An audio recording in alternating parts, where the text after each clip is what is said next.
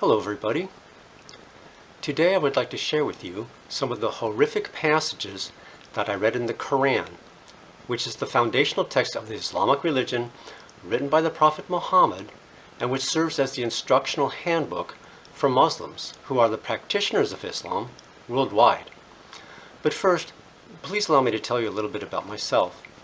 I'm a person who is open to different cultures, generally speaking. Or at least I can say that I love studying foreign languages and attending foreign cultural events. And I also am a person who is open to different religions. I've visited probably every different kind of Christian church that you can think of, plus different kinds of Christian festivals, as well as a Buddhist temple, Buddhist monastery, and a few Buddhist Oban festivals, and even danced in the Oban, and a Hindu temple, and a house hosting a Jewish Seder service. God means everything to me, and all the worldwide varieties of religious experience have something to teach me about God. This is why I have read the foundational texts of many different world religions, including the Bible, and that in different versions, both the Jewish Old Testament and the Christian New Testament, which, properly defined, are distinct from each other. The Bhagavad Gita, the Tao Te Ching, and the I Ching, and I have read parts of the Dhammapada, the Mahabharata, the Zend-Avesta, the Vedas and Upanishads, and the Egyptian and Tibetan books of the dead.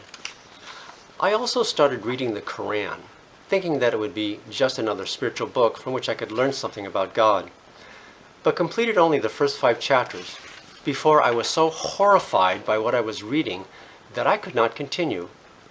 For I found that the Koran, unlike these other religious works that I had been reading, had little to do with spirit, that is, the inward experience that makes a person happier or more loving, but a lot to do with politics, that is, the outward experience that makes a person more bitter or filled with hate. Muslims may know their prophet, and Muslims may know their book, but Muslims do not know the spirit, and that makes all the difference.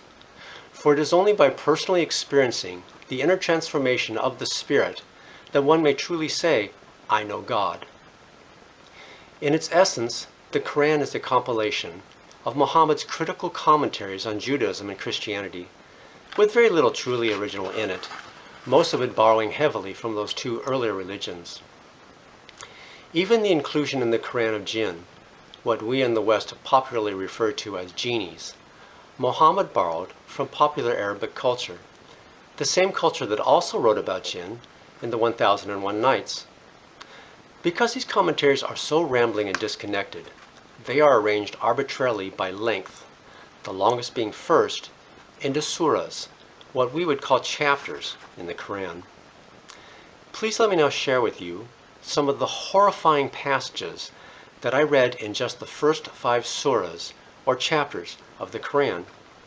Now please also bear in mind that because these passages are in the very beginning of the book, this is what an impressionable and perhaps unstable new convert to Islam reads when he or she first opens the Quran.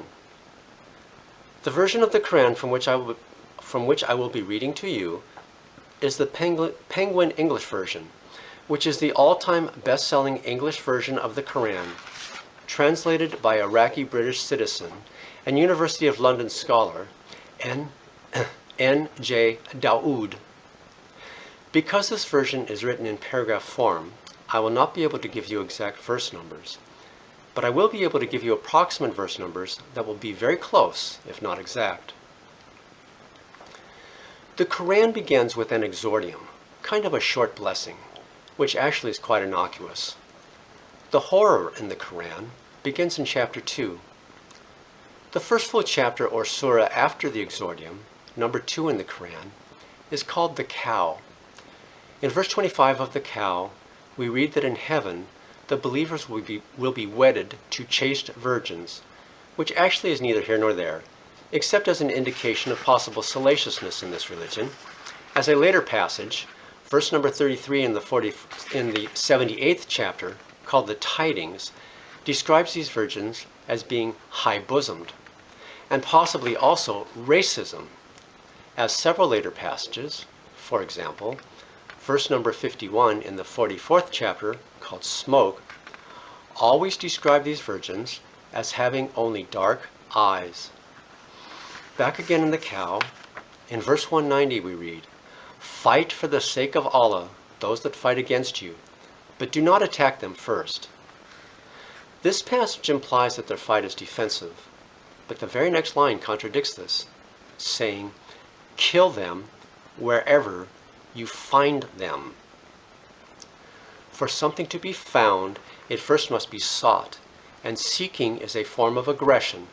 So this passage implies that once an enemy of Islam is defined, Muslims are licensed to seek out and then to murder that enemy any place in the world.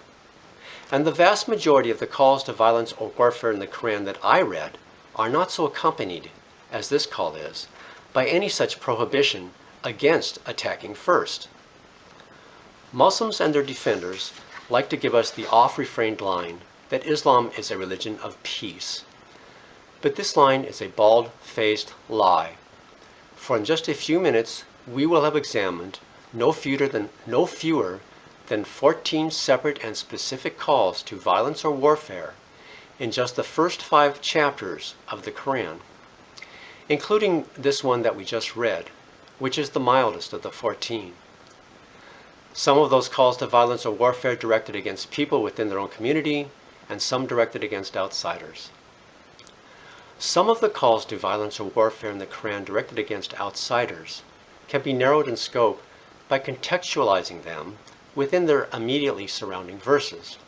For example, the violence called for in the beginning of the 9th chapter, called repentance, is clearly intended to be only for violators of a certain treaty. But the vast majority of the Koran's calls to violence or warfare against outsiders that I read cannot be so easily contextualized, rather can easily be construed as justifying violence against any spontaneously defined enemy of Islam.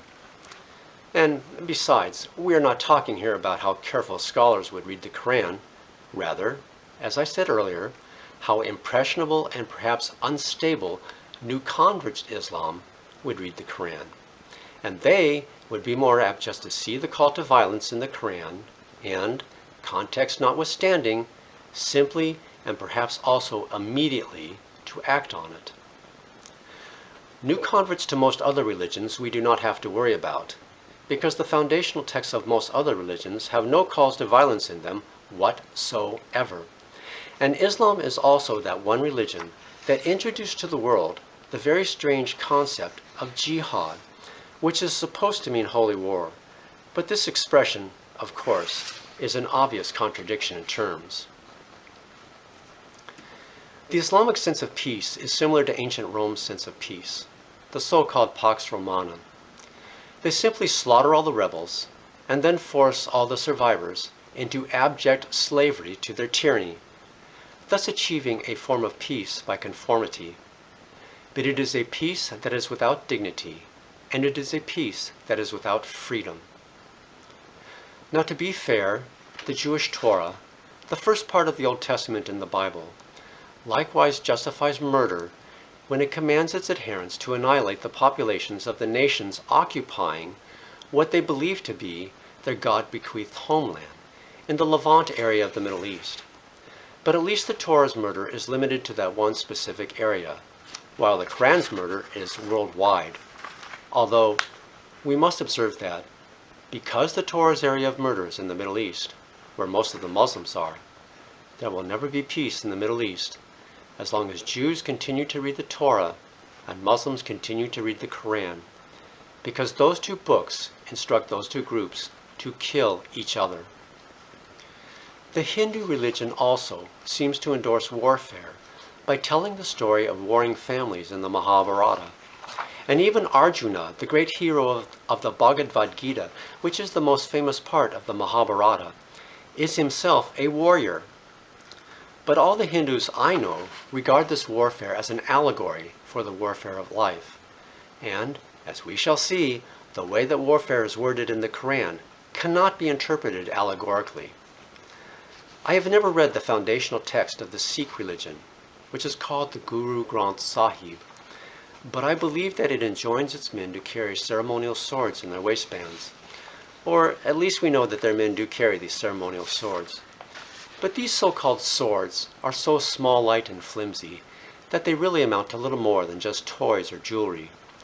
While the swords that the Muslims carry, even mainstream Muslims, they use to behead people, often summarily and often right in the street, and often, if we believe the underground media in those regions, innocent people, such as people trying to escape from the Islamic religion, or no longer wanted wives falsely accused of adultery, or wealthy people of other religions whose property Muslims want to steal, so falsely accuse them of burning or tearing up a Koran or in some other way insulting their religion, so that they can justify killing them and taking their then freed up property. The same way that the 17th century pilgrims in Salem, Massachusetts, immediately filed land claims on the well-to-do religious or social iconoclasts whom they had just executed on false charges of witchcraft. Muslims kill people for insulting their religion, even though Islam is the only religion in the entire history of the world that was actually founded as an insult to other religions. Since, as we have already noted, the Koran is essentially a criticism of both Judaism and Christianity.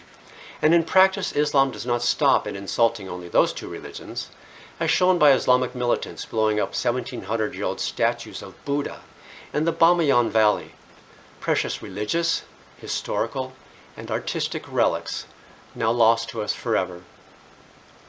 In verse 216 we read, "Fighting is obligatory for you, much as you dislike it." This passage tells us that Islam is a religion that imposes the waging of war on even its peace-loving disciples.